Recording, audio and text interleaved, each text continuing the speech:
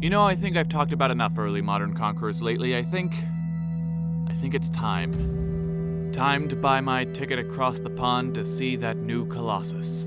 No, I'm not trying to misdirect you and go off about Rio. I'm talking about America. A land free from imperial tyranny. America, where every man is created equal. America, from sea to shining sea. And the great industrial era conqueror who made at least one of those statements true. James K. Polk.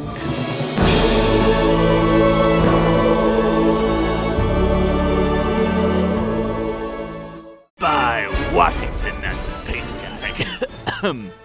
Okay, I think that's enough for now. If you know much about Polk, it's probably because your US history teacher described him as the least known consequential president. But for the rest of you, you're probably more familiar with Van Buren, and that's just because he had wicked facial hair. Seriously, that's like all he's remembered for. Well, that and his smoke and mirrors campaigning that got himself and Jackson elected, but that's it. But unlike Martin, "No, trust me, I'm American," Van Buren, Polk was a real eagle-loving son of a gun. He was born in a log cabin. The only anesthetic I need is brandy American. It doesn't get much more American than that. He practiced law for a while in Tennessee, joined the army, and worked his way up the political ladder the way any respectable antebellum gentleman would do, by being friends with Andrew Jackson. And wouldn't you know it, he became president. He wasn't even trying for the presidency. He wanted to be VP, but he was just that popular. His platform was pretty simple. While some Democrats wanted to annex Texas, and some thought that was a bad idea because it would upset the slave state-free state balance, and they could put that off for at least another 20 years, Pokey Boy thought bigger. He promised he would take Texas and Oregon and California, and America would have all the Lebensraum, that they would fulfill their destiny to manifest the continent. That does not sound better. What's more, he promised he would do it all within one term. Bold words from a dark horse, and yet he managed to do it. To be fair, Tyler had already been working towards settling the issue of land division, but he didn't quite get around to finishing it. Oregon went a little better than expected for Polk, but a little worse than his constituents had hoped. Britain and America had both been occupying Oregon, and they both wanted it all, but Polk thought that 54-40 or fight might not have been the best plan because he was already planning on declaring war with Mexico and didn't want to provoke a superpower lest he face a war on two fronts. Wait, where have I heard that before? I'm sorry, America, it's nothing against Polk, it's just the way you were at the time. All the same, when he said he wanted to split at the 49th parallel, he meant it. Even if Britain gets to keep Vancouver Island, Polk said, "We keep Point Roberts because so help me one day children will have to cross international borders 4 times a day to attend school." And he got his wish. Texan and Mexican annexation, however, were a little less tidy. Texas, which had been pretty thoroughly colonized by Americans anyway, was all fine and dandy to join the Union, but the borders between Texas and Mexico were a little fuzzy.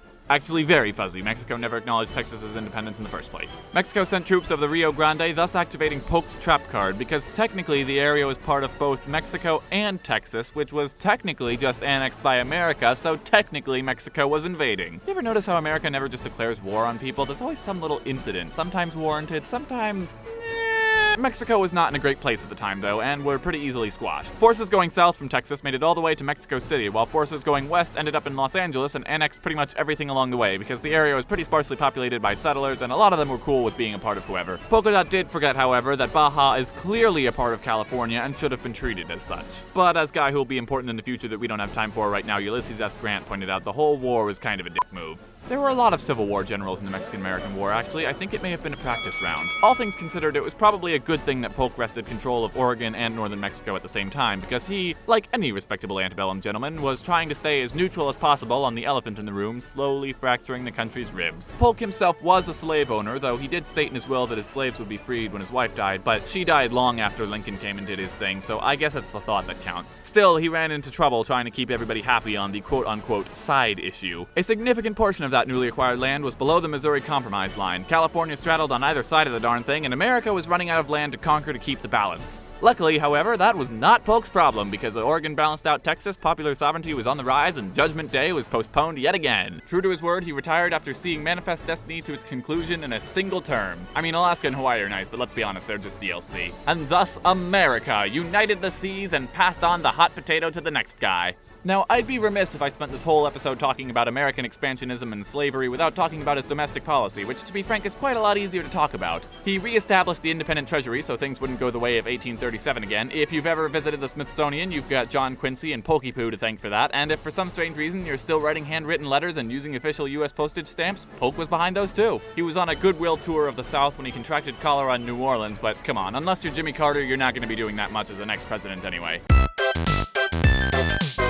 Okay, so for the record, I'm not saying Polk was a Nazi. He's a cool dude, do not take this the wrong way. Oh, what have I done? You see, this is why I can't touch America. Even in the 1800s, just too fresh on everybody's minds. Oh well, rule's been broken. Make sure you subscribe or else I'll talk about how your favorite historical figure was literally Hitler. Unless your favorite historical figure literally is Hitler, in which case, ha, noob. Seriously though, be nice in the comments, I'm watching you.